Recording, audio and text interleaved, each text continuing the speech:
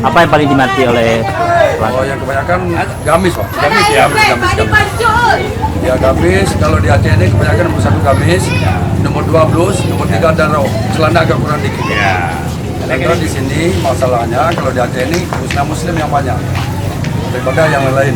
itu model apa yang paling dicari? Ya modelnya sekarang ini lah. Model ini sekarang. Nagita ya? Iya ada kita. Atau gamis biasa ada juga satu-satu gitu. Ada kebanyakan yang pakai renda gitu. Itu ada peningkatan harga nggak? Ada Dikit-dikit ada. Daripada yang dulu ada sekarang.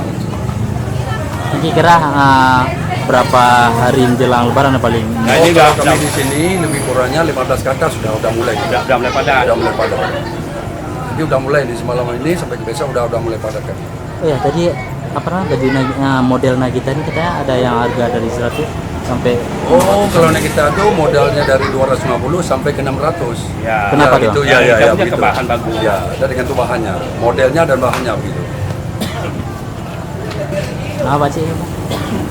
Sonan. Oh, nama saya Edi Surya. Pak Tengku? Pak Syam. Ya.